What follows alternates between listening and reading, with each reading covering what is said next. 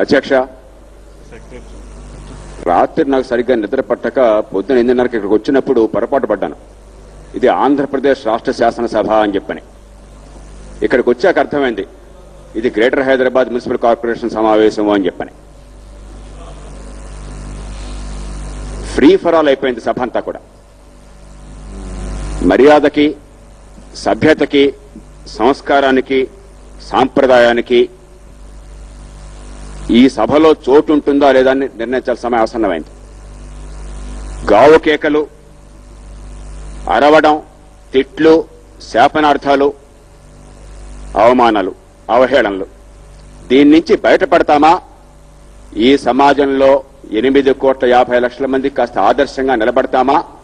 లేక రాజకీయం అంటే జనం బూతులు తిట్టుకుంటున్నారో దాన్ని వాస్తవం రుజువు చేస్తామా? మనం తేల్చుకోవాలి. వాళ్ళు ఇక్కడ చర్చ రాష్ట్ర బడ్జెట్ మీద.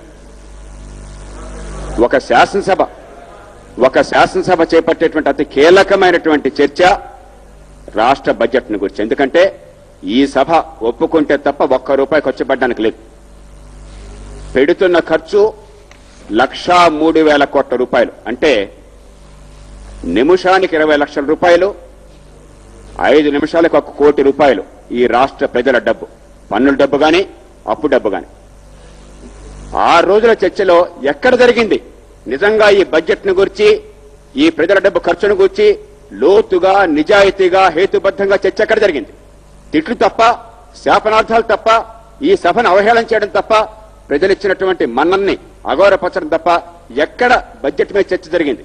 2 పక్షాల వారిని చాలా నిర్దిష్టంగా అడుగుతున్నాను. నాకు ఎవరి మీద ద్వేషం లేదు, కానీ ఎంతకాలం దీన్ని సహిస్తూ ప్రజలు కూర్చుంటారు? ఆర్థిక సంక్షోభం ఇవాళుంటే హేతుబద్ధమైన చర్చ జరగకుండా, ఆలోచన దురదృష్టిని పెంచకుండా ఎక్కడ సమయం ఇస్తారు? 1:20 వచ్చేసింది. 1:30కి మీరు ముగించేస్తారు. ఇవాళ 6వ రోజు. ఈ చర్చ అర్థవంతంగా ఏమన్నా జరిగిందా? అంటే సభాపతిగా మీరు నిర్వహించలేకపోతున్నారా? సభ్యులంగా మేము అదు తప్పామా? అధికార పక్షంగా వారన్నీ మర్చిపోయారా బాధ్యతల్ని? ప్రధాన ప్రతిపక్షంగా వారు కేవలం బాధతో మాత్రం తప్ప ఈ సబ్జెక్టును మర్చిపోతున్నారా?